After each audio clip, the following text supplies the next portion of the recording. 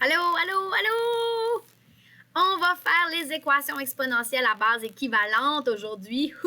C'est excitant. Ici, on va travailler la loi des exposants qu'on a vu plus tôt dans notre parcours de mathématiques. Et ce que tu vas vouloir faire, c'est que tu vas vouloir trouver des bases semblables. OK? Ça dit bases équivalentes. So, quand tu vas travailler tes équations ici, tu veux toujours... Le but, c'est de trouver la valeur de x d'abord. Et j'ai comme trop d'énergie. Le but, c'est de trouver la valeur de x. Donc, on résout. Mais pour faire ça, il va falloir trouver des bases équivalentes. OK? Donc, on va commencer avec des petits exemples. Ben, c'est ceci. Donc, résout. Ici, si tu regardes, j'ai la base de 8, j'ai la base de 16 et j'ai la base de 32. Ce sont toutes des bases différentes. Mais si tu connais un peu tes tables de multiplication puis tes exposants, tu sais que ces trois bases-là sont toutes des bases de 2 à un certain exposant. OK?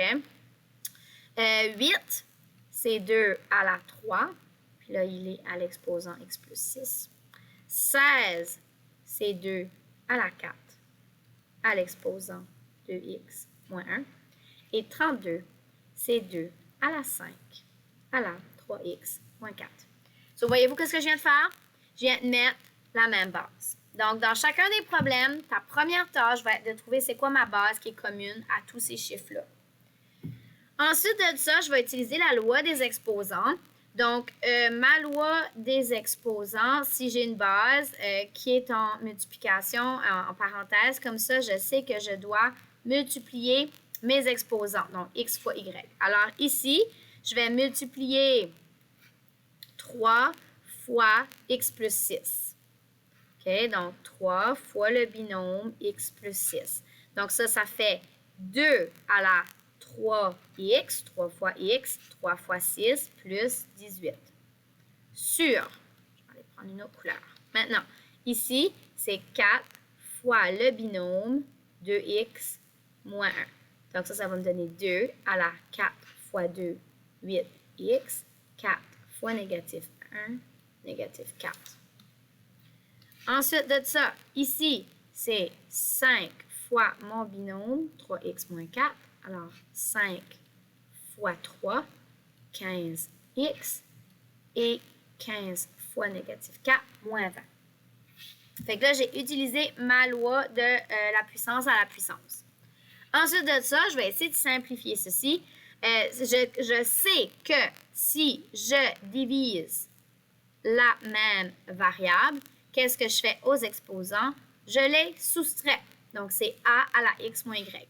Ça fait qu'ici, je vais regrouper ceci et je vais soustraire les exposants. C'est-à-dire, je vais avoir 2 à la 3x plus 18 moins 8x moins 4 égale 2 à la 15x moins 20. OK, là, j'ai vraiment pas assez de place. On va passer ça par en bas.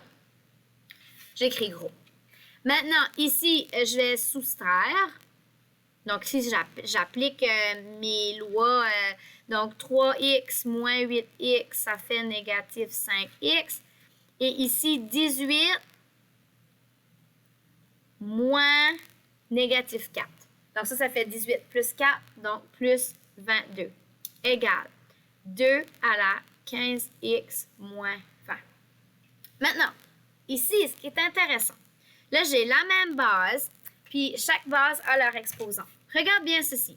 Si j'ai 2 à la x égale 2 à la 3, qu'est-ce que x doit être égal pour que c'est égal? Bien, il faut que x soit égal à 3, n'est-ce pas? Mais en regardant ceci, je peux, maintenant que j'ai la même base, je peux aller travailler seulement mes exposants. Alors, le négatif 5x plus 22 devrait être égal à 15x moins 20. Pour que mes deux soient égales, il faut que l'exposant-là soit égal à l'exposant-là.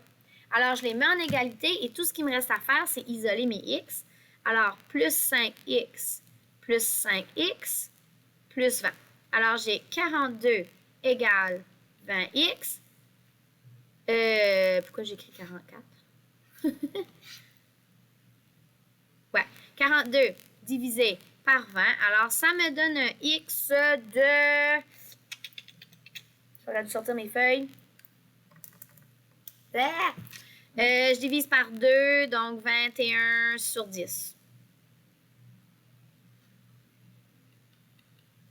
Je peux juste aller chercher mon corrigé une minute. Je reviens.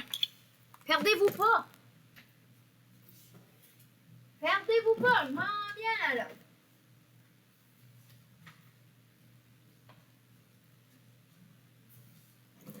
Ah! Je me suis assis sur mon... Je me suis assis sur mon micro. Ben, je suis là.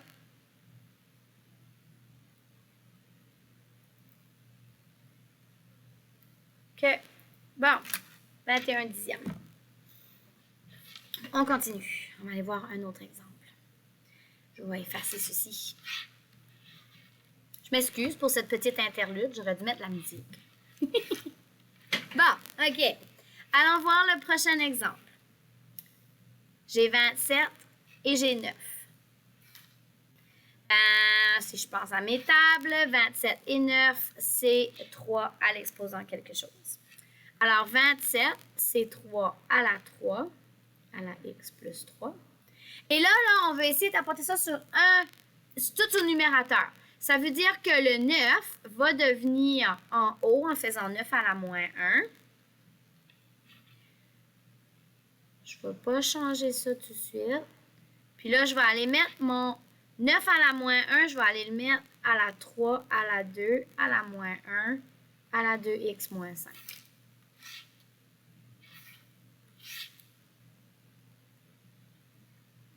On aurait pu faire ça différent aussi. Regardez comment est-ce qu'on aurait pu faire ça. Je vais juste effacer ceci. On aurait pu dire à l'étape ici que 9, c'est 3 à la 2, 3 fois 3. Et je remportais mon 3 à la 2 en haut qui aurait fait 3 à la moins 2. OK? Ça aurait été une autre façon de le faire. Maintenant, je vais faire la loi de la multiplication. Alors, j'ai ma base de 3. 3 fois x, 3x.